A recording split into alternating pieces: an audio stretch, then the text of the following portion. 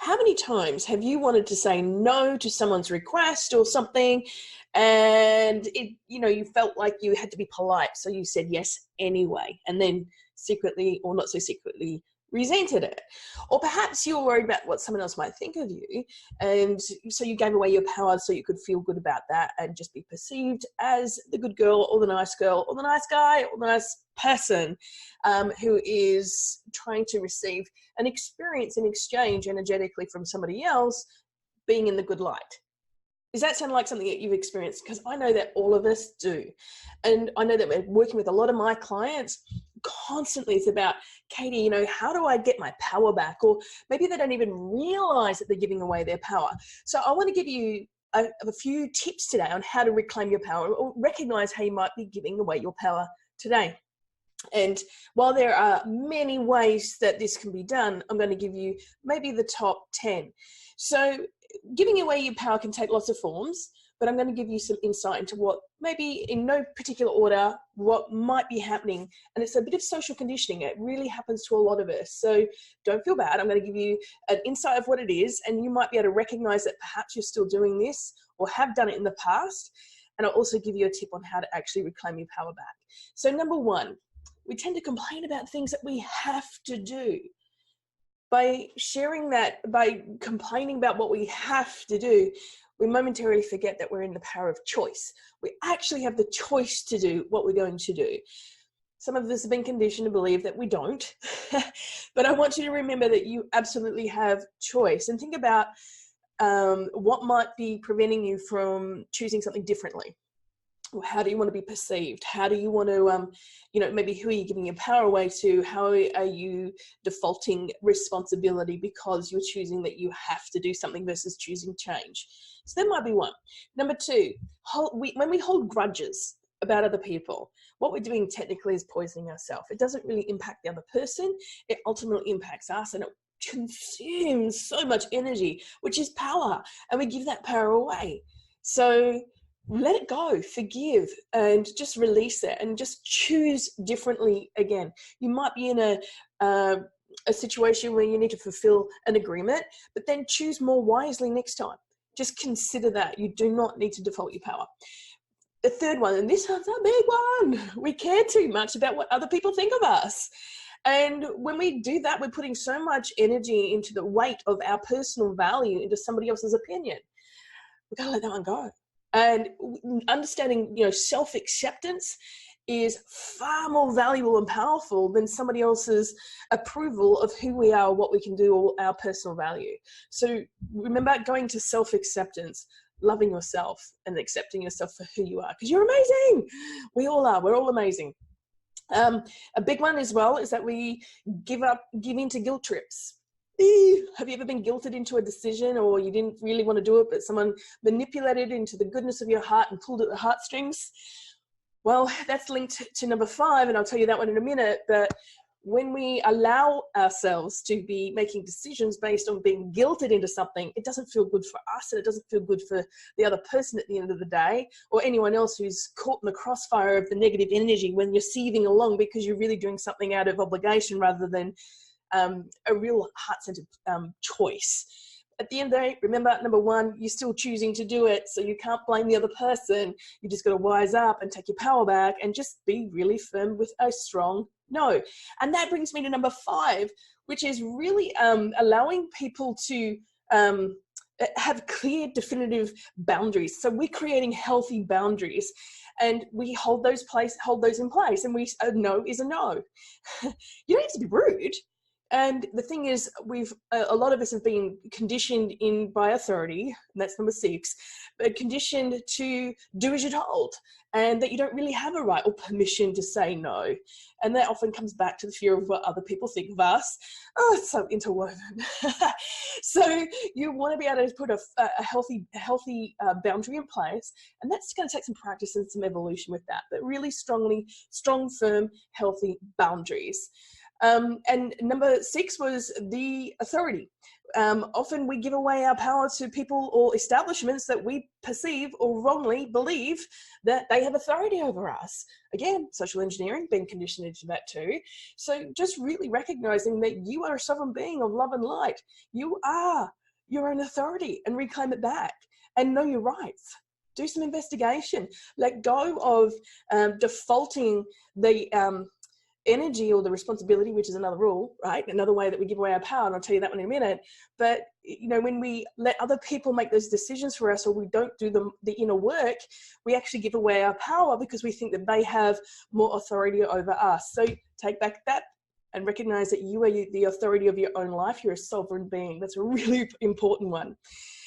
Another one that you want to check in is a big one. I see this so regularly, is like making a shift in your goals when you don't get what you want, or you fear rejection.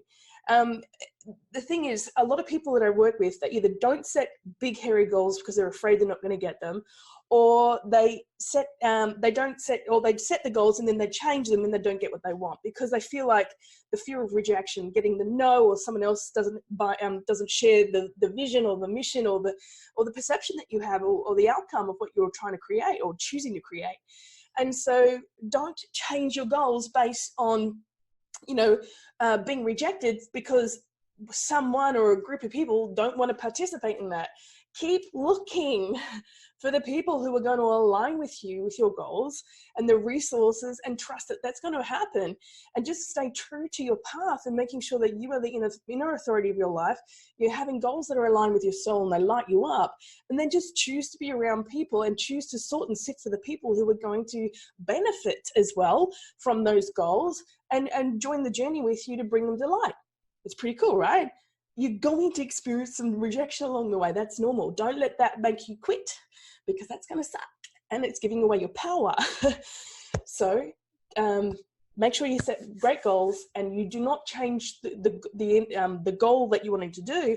Just change the method, change the strategy, maybe even change the people that you're hanging out with, and support, change the environment so that you're in a supportive place that you can go. This is a really big one. You can tell I'm pretty passionate about it. All right.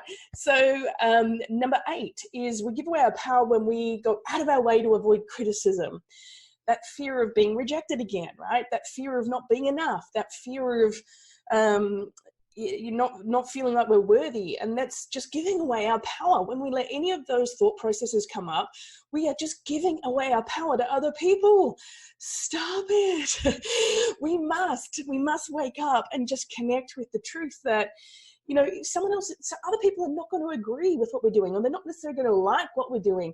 They have their own agendas. Just remember that. People are projecting all the time their own perception of their reality. And if they say that you're not good enough, or they don't like what you're doing, it's got nothing ultimately to do with what you're doing, and everything to do with what is going on inside in their internal reality. Now, you can receive some of that with some objectivity and look at that as an opportunity, which really comes into taking on the feedback to see if there is some validity for those perceptions.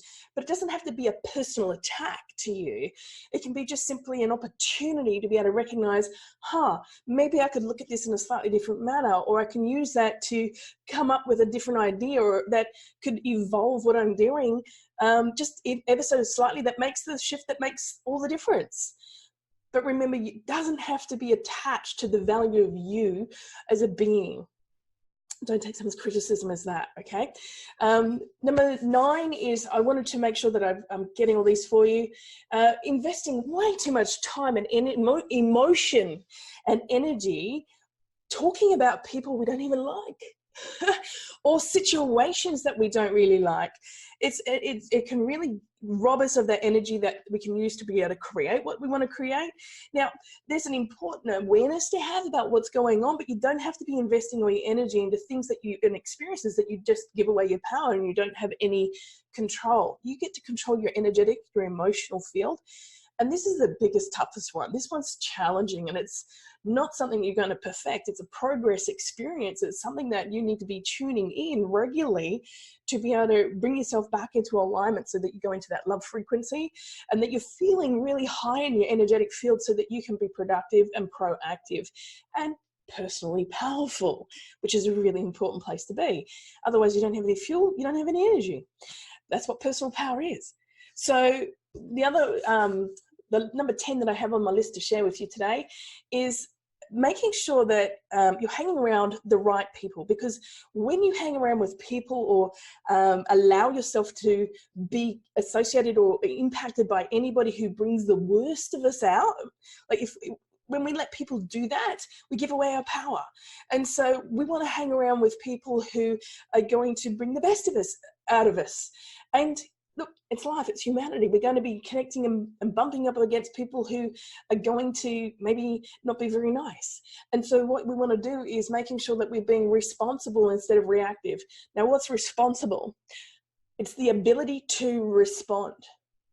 And using that with an emotional regulation that says, hey, you know what? I'm just going to be of love and light. I'm going to hold the space for you. I might not like what you're doing, but I'm just going to keep my power and not react to you, because when I react, I'm giving away my power. So those are my 10 tips on sharing with you on how you might be giving away your power, like all of us do, right? We all do these things. And it's just be able to catch yourself in those moments and remember that you are a beautiful, bright light of love. And you have personal power. You get to choose it. You are the authority of your own life. You get to remember that, and you get to position yourself energetically to stay in your power. And when you do pop out of that power every now and then, you get to recognize, hang on a second, I'm giving away my power. I'm going to take it back. And I choose to be in the power of my love and light.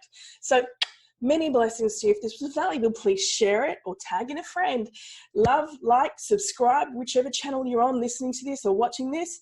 And I truly am sending you cosmic waves of blessings, that you step into your authority of your own life, that you are a powerful being of love and light to consciously create your most extraordinary life that you love, and love, light, and manifesting lots of magic to you.